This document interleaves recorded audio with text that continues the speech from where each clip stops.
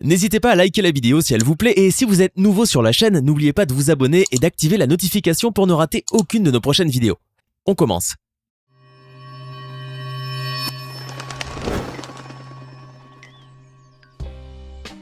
Un club secret aux États-Unis, une réserve mondiale de semences ou encore une montagne interdite aux femmes. Installez-vous confortablement, voici les endroits interdits que vous n'avez pas le droit de visiter. Vous vous trouvez en République tchèque pour faire un petit road trip trio en solo. Et l'une des choses que vous avez envie de faire avant de rentrer chez vous, c'est de gravir la Pravčička Brana. Cette formation rocheuse réputée pour son exiguïté, qui offre une portée totale de près de 27 mètres sur une hauteur de 16 mètres et une largeur de 8 mètres, ainsi que 3 mètres de voûte. Si vous mourrez d'envie de visiter cet endroit, c'est parce que vous voulez voir de vos propres yeux cette arche de grès naturelle qui offre une vue imprenable sur les montagnes gréseuses de l'Elbe. Vous vous rendez sur les lieux très excités de découvrir l'emblème du parc national de la Suisse bohème. Mais avant d'entamer la montée, il est important que vous sachiez des choses sur la Pravčička Brana. Ce site est visité depuis la fin du XVIIIe siècle et aujourd'hui encore, il reçoit la visite de plus de 200 000 personnes venant des 4 coins du monde. Le fait que cette arche soit aussi fréquentée occasionne une érosion accrue des parties hautes ainsi que la destruction de la porte. Ainsi, depuis 1982, l'accès à la porte est devenu interdit, dans le but de protéger et préserver l'état actuel, mais aussi pour permettre le développement naturel des massifs de grès tout en minimisant l'influence négative de la présence humaine.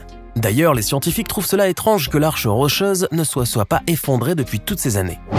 En effet, celle-ci est trop fine et trop fragile pour supporter son propre poids, ainsi que les dilatations et contractions fréquentes causées par les changements de température. La roche pourrait à tout moment céder à cause de la tension si importante qu'elle subit. Sans compter la dégradation de la surface de la porte provoquée par l'érosion chimique en conséquence de la pollution et de la réaction de la roche à l'acidité des pluies. Bref, vous l'avez compris, c'est peut-être plus une si bonne idée. Vous êtes un peu déçu, c'est vrai, mais vous pouvez toujours profiter du site en vous offrant un bon petit plat dans le restaurant, le Nid de Faucon, tant convoité par les touristes. Il paraît qu'ils ont un de ces bœufs braisés, comme ça vous ne repartirez pas le ventre vide. Vous êtes en train de chercher une destination à faire pour vos prochaines vacances et vous tombez sur le magnifique site d'Uluru en Australie. Vous faites vos recherches pour en savoir plus sur cet endroit et vous apprenez malheureusement qu'il est interdit d'accès depuis octobre 2019. Il s'avère que le rocher le plus célèbre d'Australie, tant prisé des touristes, est une terre aborigène détenue par la communauté Anangu. Ces derniers déplorent le fait que les touristes qui arrivent en masse laissent derrière eux beaucoup de dégâts sur leurs terres d'élevage et leurs terres protégées, notamment à cause de leurs véhicules. En gros, ils ne veulent pas trop de vous chez eux. Vous êtes déçus, vous qui vouliez de la découverte, il va falloir vous trouver une autre destination maintenant. Vous connaissez le Brésil, sa cuisine, sa musique, son art, etc. Mais laissez-moi vous dire que vous ne le connaissez pas très bien. Du moins, vous ne connaissez pas l'île Coimbra Grande. Je vais vous en parler, mais je vous préviens, ça risque de piquer. Située à 35 km au large de l'état de Sao Paulo, l'île Coimbra Grande, faisant 43 hectares, a pour résidents des serpents, et pas n'importe lesquels, puisqu'elle abriterait le Jararaca iloa, une espèce endémique au venin mortel. Ce qui en fait l'île la plus dangereuse du monde. Les serpents sont tellement nombreux qu'il paraît qu'il y en a un par mètre carré. Ils occupent les plages, les forêts ainsi que le sommet de l'île, il y en a même sur les cimes des arbres. Cela est dû au fait qu'ils n'ont pas de prédateurs et ont donc eu le temps de se reproduire tranquillement. Désertées depuis très longtemps et fermées au public, les plages isolées du continent depuis 11 000 ans sont seulement visitées par les chercheurs de l'Institut Butantan d'herpétologie. L'idée de vous imaginer sur l'île vous angoisse, n'est-ce pas? Rassurez-vous, il y a quand même quelques kilomètres entre vous et le Brésil. Mais vous voilà au moins prévenu au cas où. Vous êtes dans la péninsule d'Acté, en Grèce, et vous êtes en compagnie de votre sœur. Toutes les deux, vous aimez ce pays et avez l'intention de faire le tour des endroits les plus prisés de la région. Un beau grec que vous avez rencontré par hasard la veille vous a parlé dans un anglais un peu maladroit, du mont Athos. Il vous a dit, ou du moins ce que vous avez compris, que c'était un endroit magique et merveilleux. Le mont Athos est une péninsule de 336 km² au nord-est de la Grèce où se trouvent 20 monastères peuplés par environ 2000 moines. L'idée vous tente et vous décidez alors de vous y rendre. Et comme vous adorez les endroits mystiques, vous êtes certain que le mont Athos va vous charmer. Une fois sur les lieux, vous demandez un ticket pour pénétrer la péninsule du mont Athos. La guichetière vous regarde de haut en bas d'un regard comme pour dire « De qui se moque-t-elle » et vous répond sèchement que les femmes n'ont pas le droit d'y entrer. Vous restez tout déconfite à vous demander s'il s'agit d'un canular. Heureusement, un touriste français qui était de passage vole à votre secours et vous explique que le mont Athos n'est en fait accessible que pour les hommes. Comme vous êtes aussi une grande féministe, cette nouvelle ne vous réjouit pas tellement. Pour vous calmer, l'homme vous explique que cette interdiction remonte à l'an 1046. Pour faire court, les moines prétendent que l'absence des femmes fera qu'aucune tentation ni obstacle ne s'imposera sur leur cheminement spirituel, eux qui ont fait vœu de chasteté. Le plus drôle dans l'histoire, c'est que la loi s'applique également même sur les espèces animales femelles. Seules les chattes sont tolérées pour leur talent de dératiseuses et les poules pour leurs œufs. Ironie de l'histoire, le mont Athos est en réalité consacré à la Vierge Marie. À entendre tout ça, vous ne savez pas ce qui vous enrage le plus, si c'est le fait de ne pas pouvoir visiter le mont Athos ou si le jeune homme de la veille s'est moqué de vous. En tout cas, il faut dire aussi que son anglais n'était pas très compréhensible. Peut-être que vous n'avez pas saisi le passage où il vous a dit que ce n'était pas la peine d'y aller. Vous rentrez toutes les deux à l'hôtel et décidez de vous consoler en vous offrant un bon massage dans le spa. Tant pis pour le mont Athos, de toute façon, vous n'êtes pas très croyante. Sur le chemin, vous pensez déjà aux Grecs que vous allez dévorer ce soir, parce que votre vraie religion à vous, c'est manger. Vous venez de terminer le film apocalyptique Storm War. Un film sympa mais qui vous a fichu un peu la trouille. Une question vient vous turlupiner soudainement. Et si ce qu'il y avait dans les films arrivait réellement dans la vraie vie? Comment conserver l'espèce humaine dans une planète complètement détruite par les guerres et les catastrophes naturelles? Je vais vous le dire. Et pour ça, il va falloir me suivre en Norvège. Mettez votre parka, on embarque. Vous vous demandez ce que vous venez faire ici. Eh bien, je vais vous le dire. Vous voyez la trappe là-bas? Eh bien, c'est la porte qui mène droit vers une chambre souterraine que l'on appelle le coffre-fort de l'Apocalypse. Il s'agit en fait de la réserve mondiale de semences du Svalbard. Plus de 100 millions de graines et de semences provenant des 4 coins du monde sont conservées là-bas. Cette chambre a été construite à partir de 2006 sur l'île norvégienne du Spitsberg. Elle est destinée à conserver dans un lieu ultra sécurisé des graines de toutes les cultures vivrières de la planète afin de préserver la diversité génétique en cas de pépin. Nous parlons d'un désastre planétaire qui détruirait toute forme de végétation. Ainsi, les semences pourraient restaurer la flore de toute une région. Je suppose que vous devinez pourquoi on a choisi la Norvège. Bravo, c'est pour son climat idéal pour la conservation et pour le fait que la réserve ait été creusée près de la petite ville de Longyearbyen, où vivent seulement 1900 habitants, ce qui la rend éloignée de tout.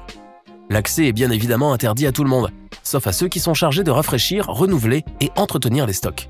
Cette réserve est le symbole d'une coopération mondiale transpolitique puisque plusieurs pays y ont contribué.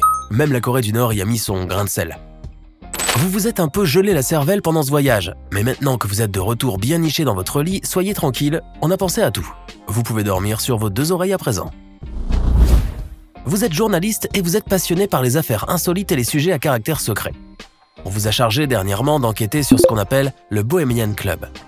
Vous décidez alors de vous y rendre afin d'en savoir un peu plus et surtout de récolter les informations sur le terrain. Bien sûr, vous faites des recherches au préalable sur ce club et ce que vous lisez vous démotive énormément. Travail oblige, vous acceptez sans rechigner et réservez un billet pour San Francisco. Mais entre-temps, vous apprenez des choses qui glacent le sang.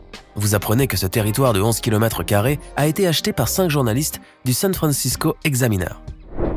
Dedans, ces derniers ont créé un club ultra secret et fermé. Tellement fermé que même on finit par être exclu par la suite. Tous les mois de juillet depuis 1899, les plus grandes têtes du monde, notables, hommes d'affaires, politiciens, présidents et autres, affluent du monde entier pour s'y retrouver. En revanche, vous n'arrivez pas à savoir ce qu'il s'y passe exactement, car les activités sont tenues secrètes et personne n'est encore arrivé à obtenir d'informations. Néanmoins, il se dit que ces activités auraient un caractère mystique. Les rumeurs disent également que ce club serait lié à la théorie du complot et qu'il s'agirait du QG du gouvernement mondial. D'où le fameux bosquet qui serait quant à lui la place du diable à qui on offrirait des offrandes. Vous apprenez surtout que personne n'a le droit d'accéder à ce club fermé, encore moins les journalistes. Et comme ce n'est pas demain que vous serez président de la République, vous l'avez compris, vous n'allez pas faire ce voyage. Tant pis, vous avez acheté votre billet pour rien, mais vous êtes quand même bien content de rester tranquillement derrière votre petit bureau. De toutes les façons, vous avez su tout ce que vous deviez savoir sur le Bohemian Club, rien qu'en pianotant sur votre ordinateur. Vous êtes en expédition à Hawaï car vous avez toujours rêvé de visiter son archipel de 137 îles, dont l'île d'Hawaï, Maui, Molokai, Kauai, et surtout la plus belle d'après ce que l'on vous a raconté, Niihau. Mais voilà que vous vous apprêtez à acheter un billet pour Niihau, que vous avez la mauvaise surprise de ne pas en trouver à la vente. Vous demandez alors à votre agence de voyage pourquoi ils n'offrent pas l'accès à Niihau.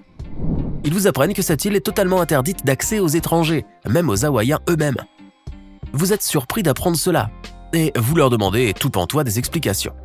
Ils vous sortent alors tout l'historique de Niihau depuis qu'elle a été achetée en 1864 par Elizabeth Sinclair Robinson pour la modique somme de 10 000 $ auprès du royaume d'Hawaï. Depuis, la famille Robinson a décidé de protéger l'île pour perpétuer la culture hawaïenne. Au sein de l'île vivent librement les insulaires sans être tenus de payer de taxes ou de droits d'occupation de terrain. Ils recevaient cependant la visite de touristes qui venaient observer la culture et la communauté de l'île. Mais à partir de 1952, l'épidémie de poliomyélite a fait ravage dans les îles, et depuis, l'accès à Niihau fut strictement interdit.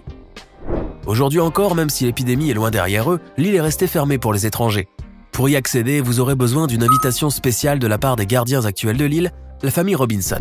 Vous êtes déçus car vous aviez beaucoup de plans en tête et maintenant vous allez devoir écourter votre séjour. Mais vous n'avez rien à regretter, car ce que vous ne savez pas, c'est que Niihau a une particularité. L'île est restée vierge jusqu'à nos jours. Malgré le fait qu'elle soit assez proche de la civilisation moderne, elle ne comporte ni route, ni électricité, ni eau courante. Vous alliez donc passer un mauvais séjour, à moins que vous ayez envie de vivre à la Robinson Crusoe et vous nourrir de sardines crues. Vous n'êtes pas allé à Niihau, mais vous en avez appris des choses sur elle, c'est déjà ça. Lequel de ces endroits auriez-vous aimé visiter? Le Bohemian Club m'aurait beaucoup tenté. Dites-nous ce que vous en pensez dans les commentaires et si cette vidéo vous plaît, n'oubliez pas de mettre un pouce bleu, de vous abonner à la chaîne et d'activer la cloche pour recevoir toutes les notifications et ne rien manquer de nos prochains contenus.